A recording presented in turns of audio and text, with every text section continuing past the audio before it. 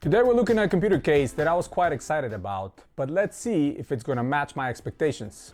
Hey guys, welcome back to Hardware Science channel. My name is Ivan and today we're looking at the GIM GM2 Mini. This is a very small form factor computer case, all painted in white for your perfect white builds, that I was actually very curious about. The moment this one shows up for sale on Amazon, I wanted to grab one and review it for you guys because I was really curious to see if this tiny computer case can match some of the top dogs in this segment. Of course, the Li O11 Mini.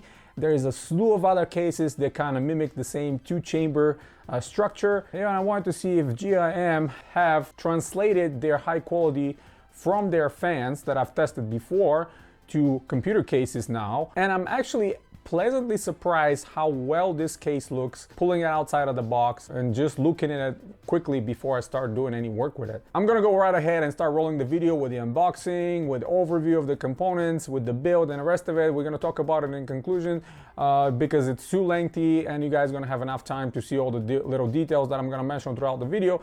But again, at the end, we're going to talk about the conclusion and what I'm thinking about this case and if it's worth buying right now. I have to be honest, I was so ready to poke fun of this case before I got it. But now that I got it in hand and I'm looking around, I'm actually pretty impressed with what GIM have done with this case. I was genuinely surprised by the quality of it, by the details they have made possible in this case. I'm going to go through some things showing you here before I do the build. First thing and foremost, just look at those ports and power button and reset button. They are very high quality, metal look and finish, very nice looking USB 3 and USB 2. We have separated for headphones and microphone, and the reset button slash RGB button is also very nice. The front is obviously glass. We have full LED array on this side, nothing over here. Full glass on the main panel, and you'll see, you can poke inside and see, but right away look at the quality of this pull-out filter. This is a filter that a lot of companies are skipping on and making it very cheap, but this is high quality, expensive looking and expensive to make filter that slides right underneath, so you don't have to deal with dust sucked inside the case. And just like that disappears. It is part of the case. The other big part is the back panel is entirely perforated. Now I've seen some companies do partial perforation where the power supply and where the fans are. I have not seen the entire perforation on the back panel. I know it's a small surface, so they could have done it, but it's great because how small this case is, you will need all the ventilation, all the penetrations to be able to provide some air inside that case. And if you mount your power supply right here and some fans here, intake or exhaust, whatever you decide, there's going to be plenty of room for air to circulate inside. More perforations on the back right here, more on this side when the main chamber is.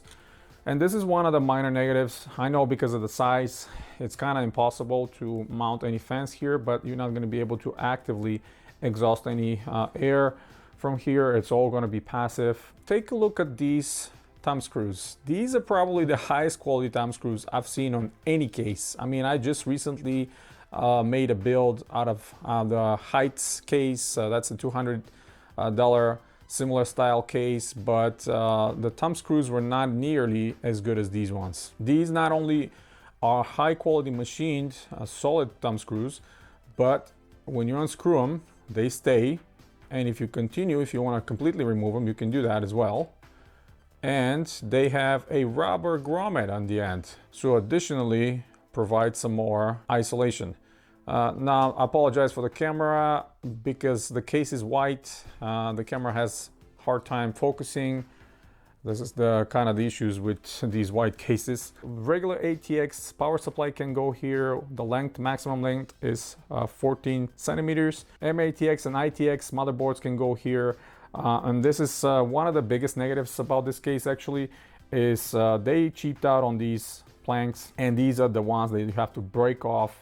It cannot replace. Unfortunately, because they're white, you're kind of gonna have a hard time finding a spare ones to buy if you want to use in different configurations. So you better make sure your graphics card goes in the specific slots before you start breaking off these, otherwise you're gonna end up with a hole here. This is the only kind of major negative I can see. Now, if I can poke the camera here before I even open it, you will notice immediately they even added grommeted penetrations, all rubber, 3 of them, from top to bottom. This costs money again. A lot of companies are skipping on that. So again, big thumbs up for creating these kind of rubber grommets. To disassemble, we'll be able to take the top off with these thumb screws, the side panel, this side panel, which is framed, by the way. Screws are not on the side. And the front glass is also removable, which can slide. So that will give you more room to work inside because the case is very small. You're gonna have a hard time to kind of do a lot of work if you have some panels on. So if we remove the top panel off here, we can install a 240mm AIO or 2 fans. I'm gonna have to decide which one I'm gonna use. I wanna see the clearance of the tower as well, if I wanna use a tower on this specific build. And because of the small space, I'm gonna have to really get crafty of routing all the cables. The other kind of issue here I see is if I remove the side panel again, you see how perforated it is. I think they advertise 1mm offset on the penetrations, which is great. Now that we have the backside open, let me point your attention to the few things. You will notice the RGB strip here in the back. This is done with a sticky, and this is kind of like a minor quality issue. This can be fixed. You know, if you use some super glue, you can fix it. It's not anything major, but the bigger problem is here, if you want to mount any fans on the outside of the frame, you're not going to be able because this LED strip is on the way. And then if you want to mount them on the inside, right here, you're getting blocked off by this extension piece, which is for M-ATX, and this is what I'm going to use. Ideally, I guess this case is made for people that want to use ITX only, because you can remove this additional piece right here, the extension piece, and have more space for the fans. But even with this piece removed, let me show you something else. If you want to mount the 2 fans on the inner side, you kind of blocking off the rubber grommets right here. So routing the cables is going to be a little bit challenging. I want to see how that's going to work. Now what I've provided here, I'm actually surprised. We have some hook and loop straps, 4 of them, including the one that was holding the bag. So 4 hook and loop straps. We have all the screws here in place. Here are the cables coming in. We have the USB 3, the USB 2. We have the reset, the power. This is because it's only one USB 3. This plug is fairly soft, so you're gonna be able to plug it into your motherboard. And then if we want to control the front ARGB strip, here's the SATA power for it, and here is our motherboard plug for ARGB, which is great to see. That way you don't have to sacrifice your reset button on top, and you can control it for your motherboard. Here is the space in the back again. The rubber grommets are high quality, they're white as well. Another thing to mention, and I don't know if the camera will pick it up and show you the real story here, is the matching of the color on the inside of the tray and the matching of the color on the outside of the paint of the case is actually pretty immaculate. I'm genuinely impressed and surprised how well the white is matching, how well they sprayed. I think GIM, I don't know what kind of ODM they found for this case. It could be similar to some much more well-known and expensive companies, but they've done a great job with the work. And obviously I wanted to see, you know, with a white build, how this graphics card can fit inside. They're advertising 32 centimeters long graphics cards being able to be installed, but we'll see right away. Now, if I want to remove the side glass panel, I'll have to take the top off first, slide it back, and again, see the perforations of the top, but this is exactly the space. For 240, you're not going to be able to install anything more, no 280s, 240 or 2 fans, that's it. I'm glad there are rubber grommets on top as well. Motherboard is offset, so you have enough space, enough clearance. You see how much lower it goes. You have 6-7 centimeters from the top, so the radiator is not going to block completely the rubber grommets over here. And sliding the front, the glass panel is very easy. After you remove the top, you just need to push up a little bit and take it off completely. And you'll see on the frame, they have added these nubs. There are 4 of them, and they nest on the frame of the case on the top right here.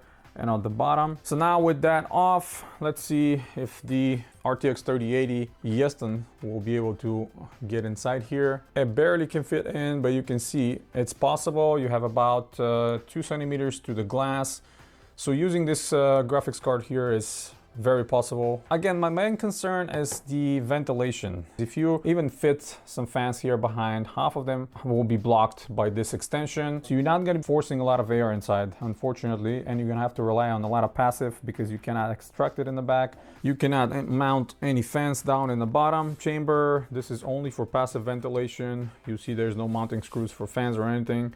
Good penetrations here all around throughout your cables. But again, this addition for M-ATX for the tray right here blocks a big part of these fans. I don't know, you're gonna have to experiment with the airflow and get really crafty because of the small space and how everything is situated. I think overall the quality is exceptional. I'm very impressed with what they have done with this tiny case. Now I'm gonna throw some parts inside and see how everything is gonna fit. Now with the side panel removed and the front panel removed, you see how much room you have actually here to work with.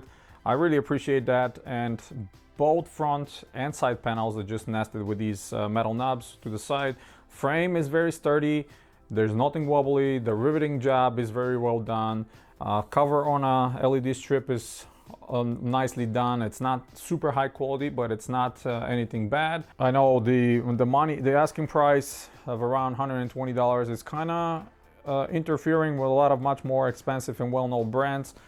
But if you are not following big brands, if you are somebody that's just looking for a small form factor case to build ITX or M-ATX build that doesn't need anything super fancy or doesn't need to be bigger case, I think this is a very good option for you to get. So now for this specific build, I'm going to be using the Ryzen 5 5600. This is a great choice for mid-range gaming, and I'm going to be pairing it with this ASUS TUF B450M Pro S motherboard. I think it's going to fit nicely here. Unfortunately, it's not white, but finding a white ITX or M-ATX is kind of a challenging and a little bit more expensive. So I'm just gonna use this one. I think it's going to be a good choice. And with the magic of editing, here's the final product, which actually looks amazing considering all the factors I'm going to mention right away. And this case is probably the case that gave me the most problem, the biggest hassle of building, just because of the size and the motherboard I used. So if you're using an M-ATX motherboard just like myself, you're going to have a ton of issues just because the space inside. Look at the motherboard tray and M-ATX size. You're actually blocking half of the fans, which are still delivering plenty of air, but it's definitely worth mentioning, and it's definitely advisable for you guys to use ITX only for this case. This is my opinion, and I'm convinced that GIM, when they're creating this case, they have the idea of using it only with an ITX just because of the size and the way everything is laid out. You'll see how much more space here you're blocking with M-ATX, and this whole portion where the memory is extra from M-ATX. So you're having a hard time routing a power cable, you're having a hard time routing a USB 3 cable, you're having a hard time routing the PCI Express cable. So all these you need to find a way to route somehow. Otherwise, if you route it standard to the side, you're gonna hit the fans, you're gonna block the fans, and not only you're gonna prevent the air from coming in, but you actually might hit the blades of the fans. So running them through the top is preferable. Not the most ideal or aesthetically pleasing way, but it's functional, it works, I guess. Now I feel plenty of air coming from these fans and kind of bounces off the side glass when it's here. It delivers it to the GPU. So in this specific one, I decided to use the RTX 3060 Ti just because it's a lot smaller. It's not taller card, so that's another issue you have to remember. If you're using taller cards that are extending over the AIO slots here, you might have a problem hitting the glass. Also, the cable might hit the glass. I've seen a lot of people use racer cables to have vertical mounted GPUs. That might be an option, but again, the space is very limited here, and ITX motherboard combined with smaller GPU probably better. Plus, with ITX motherboard, I think you'll be able to utilize the roof right here and actually put a 240.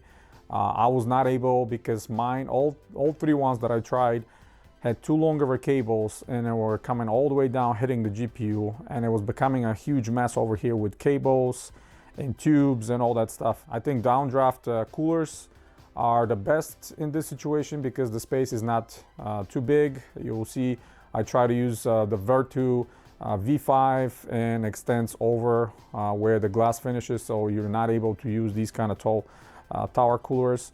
So it's coming down to, you know, stock fans, coolers like that, downdraft coolers, or AIOs that have shorter tubes because of that space restraints. Again, I think overall it doesn't look bad. Obviously, if you have white motherboard, white parts, it will be looking a lot better. But still, you'll see the LED for the sound.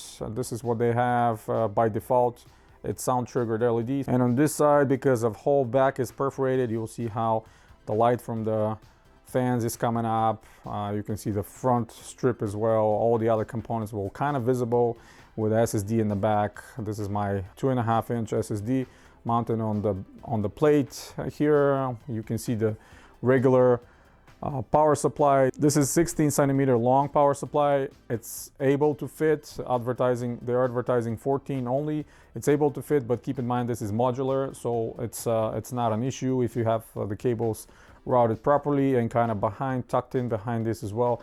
So it looks fairly clean. The whole perforation in the back actually is functional, works, provides plenty of ventilation. I like what they've done. I think overall they've done an incredible job with this case. I'm very, very pleased how it looks. Tons of passive ventilation on the back, on the sides as well. And again, my only issue realistically is not being able to fully use it with M-ATX motherboards. ITX, yes, 100%. If you're building a small form factor computer with ITX in mind, with 240 AIO and 2 intake fans like me, I think you're gonna have a nice looking and beautiful little box that will bring you a lot of fun. This is the first computer that had me spending almost a full day trying to run around cables, trying to cable manage in the back, tuck some cables away, work around to make it a little bit more presentable than it needs to be. That's what happens when you have a small box that you have to work with. But yeah, let's go into conclusion. All right, conclusion time. And what do I think about the GM2 Mini? Well, I have to say the whole take on the video here is if you have an ITX motherboard and if you're planning to build a nice, beautiful, tidy, high quality white build, this is one of the best case to get. I'm gonna go right away and tell you this is probably rivaling some of the best out there, including the Lian Li, just because how well designed and how well built this case is. Everything is perfectly matched, the paint is perfectly matched, the panels are perfectly matched, everything is done in such a great way. Even the thumb screws in the back, I've mentioned that throughout the video. I'm very surprised how well these are done, and I might be a little detail, but if you look through a ton of cases like myself and throughout the years, seeing thumb screws like that are high quality, heavy machined steel screws with rubber grommets, they stay capped, but they also can be removed. This is unusual and that costs money, and it's something worth mentioning. So ITX, absolutely 2 thumbs up. Go ahead, do the build. It's gonna look incredible. Get yourself a 240 white AIO, get yourself a relatively normal sized GPU, get yourself some RGB fans, and you're gonna have absolutely beautiful computer build. Now on to the bad part. Of course, in my specific situation with M-ATX, things change dramatically. Working with a case is extremely hard. Routing these cables in the back is hard. Finding the correct space, all that stuff. The fans are blocked. Almost half of them are blocked right here on the right side of the motherboard, because those 2 extra 2.5 inches right there are blocking the fans. All that stuff can be avoided if you're using ITX. Again, I think GIM was building this case with the thought of using ITX motherboards, and then extending it a little bit more for M-ATX was kind of an afterthought. So that's what I'm thinking. Also the sheer volume of the case, because they chose to use not SFX power supplies, but regular ATX power supplies, which I absolutely appreciate, makes it a little bit narrow on the main chamber, which reflects on the GPU height. And if you have a regular size GPU height, you're fine. But if you have something taller, you're gonna have problems. The cable is gonna be hitting the sidewall, and you're gonna have to get 90-degree cables for sure. Now, having this small of a volume, a lot of passive perforations all around, so I did not exhibit any issues with temperatures. You guys are gonna see stress testing the CPU and the GPU. And mind you, the Ryzen 5 5600 is using the stock cooler that comes with it, so it's not anything incredible, but still managed to keep the temperature around 71, 72 degrees, the highest I've seen, which is okay considering what kind of cooling you're using. And the GPU as well went around 75 degrees for what you're having to work here with massive perforations and passive cooling, literally, because these side two fans are not and they're not pushing tons of air, especially when they're half of them are obstructed. It's still very good. And think about it, if you have a little bit more volume and 240 inside, I think you're gonna have a much better results than me. But overall, I think the case is exceptional and it's looking great and it's unique, but price is a little bit higher. I think at 120, 130 regular price, this is getting too close to the Lian Li products, which I'm sure most of you, including myself, would prefer when you go to the store and you see Lian Li and you see GIM. Obviously, the choice for most people will be Lian Li because of the brand name and everything else. But I just recently actually picked up Lian Li O11 Mini Air, the one with the ventilation in the front and all included fans. That one was $109, which is $20 cheaper than this one, including two 140s and one 120 in the back. And here you can't even use fans on the back. It's all passive ventilation. But again, it's slightly different. It's a little bit bigger and all that stuff. So yeah, for what it is, especially if you're getting it on a sale around $100, $110, I still recommend this case. I still think for an ITX build, this is a great choice. So yeah, that's pretty much it, guys. Hit the thumbs up if you like the video. Stay tuned to the channel. Subscribe if you're new. Check out the link in the description below if you want to support the channel directly so I can bring you videos like this daily. And as always, guys, you have a wonderful day.